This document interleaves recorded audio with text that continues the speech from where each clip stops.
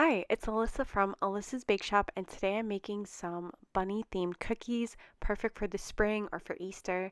This is the color palette that I'm working with today. I just have some different pinks, a red, an orange, some greens, a yellow, a black, and a white. So I found this box at Target, and it was the one with the carrot on it, and it was supposed to be in that dollar section, although it's more like the $5 section now. But as soon as I saw it, I thought it would be so cute to make a bunny themed cookie box.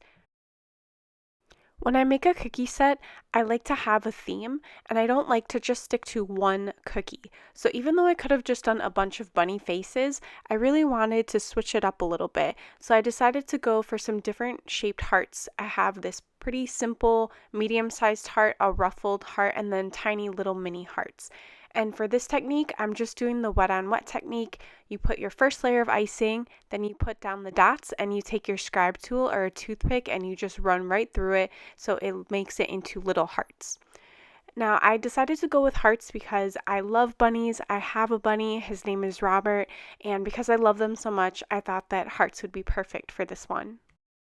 I found that this ruffle edge cookie was really hard to do, and I think that's because I was using some medium consistency icing. So it wasn't really staying in that ruffle shape. So I just used a scribe tool and just tried to give it that sort of look. And then I just filled in some of the mini hearts with different colors just because I wanted to switch up the colors a bit. Then I decided for the fruit I was going to do strawberries. I have both a mini and a large strawberry cookie cutter, and I decided that I would just try both of them. Now, if you know bunnies, you know that they like fruit, and I know that they love bananas the most. And when they do that banana torque, it's really cute, but I didn't have a banana cookie cutter, and I wasn't feeling like cutting it out by hand, so I just did the next fruit that my bun loves the most, which is strawberries. For my other videos showing the different cookie designs, I usually cut up the video and put it in order so that you'll see one cookie design from start to finish. But in this one, I decided to do it more in real time. So you can see that I've laid out the other cookies in this camera shot, and those are just gonna dry while I move on to do all the layers for the other cookies. So that's my favorite way to work with sugar cookies. When one layer is drying, you move on to the next design, so that way you're saving the most time possible. I have about 9 bunny cookie cutters, so the 3 that I chose were just 3 out of the 9. It was just random, not for any particular reason. And then I added some carrots because the box that I found at Target was carrot related, so I had to add in a carrot. Then for these hearts, I wanted to do something different. I just mixed some gold metallic dust with vodka and I just sprayed it. It does get on your finger when you do that kind of flicking method, but I do like how it looks. And then I decided to add just some pink dots around the border just because I wanted these to be a little more detailed and I didn't really know what to do. So I just did this simplistic border. Then I went on to do the bunnies and I just made them very simple. I didn't want them to be too over the top. I just wanted the focus really to be about the cuteness and not having tons of details. In order to pipe those tails, I used a really stiff consistency icing so that it would have that more 3D effect. And I really like little eyelashes, so I did add eyelashes on when I could. I don't know, there's something about me and eyelashes. Personally, I love wearing fake eyelashes. I love mascara, and not that you guys need to know that, but I always try to add eyelashes onto characters. It's just a habit of mine.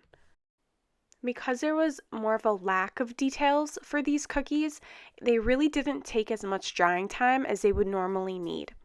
Then I moved on to the big strawberries, and to make the strawberry seeds, I'm using a yellow icing, and I'm just kind of pushing out the seeds and then pulling it down. That kind of gives more of the illusion of a strawberry seed. I had made these in white before, but they definitely look better in yellow. I think it's a little better than a harsher white icing. And then I went and I did the leaves of the strawberries. First I did it with this light green color. I didn't really love that, so then I just went over it with a darker green, and I kind of like the effect of having the lighter color and then the darker color on top. Then I did the exact same thing for the larger strawberries, and I just really like trying these new techniques when it comes to icing. There's just so many different things that you can do, and often I find new techniques that I love when I'm just messing around. Then I added some little lines just to give some details on the carrot, just the illusion of that those little grooves or ridges that are in the carrots. And then I went ahead and I put on the leaves for the carrots too. I did do the flicking thing with the gold as well. I don't think I recorded that, but you can see the little drops of gold all over the carrot. And finally, what I have started to call my signature thing is to add a mini cookie on top of a big cookie to make it a little bit 3D. Here's a close-up of that locally grown carrot farm box that I got at Target, and I just kind of arranged the cookies in different ways just so that they would be cute. I put some of that shredded paper underneath it so that they would be able to be higher up and not just sitting down low in the box. And then I also did this bird's eye view where you could see how if you just gave it as a gift with the cookies flat in the box, how it would look. Now, I had a lot of cookies that I had made over this weekend, so I just packed some up in this donut box that I found on Amazon that fits 1 dozen cookies perfectly. I just packed them up and I gave them away to friends and family. I hope you guys liked this video. Thanks so much for watching. I'll see you next time.